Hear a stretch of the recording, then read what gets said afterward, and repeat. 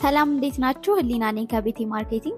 ዛሬ ይዤላችሁ የመጣሁት ሰሚት 72 ላይ ጥንቅቅ ብሎ አልቆ በ65% ቅድመ ክፍያ ብቻ እየሸጥን ያለነውን አፓርትመንታችንን ነው።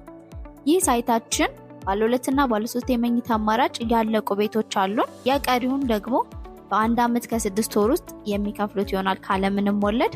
ለበለጠ መረጃ ከታች ባለው ስልክ ቁጥር ይደውሉልን። አድራሻችን ቦሌ ብራስ ኬኬር ህንፃ 3ኛ ፍሎር ላይ ነው።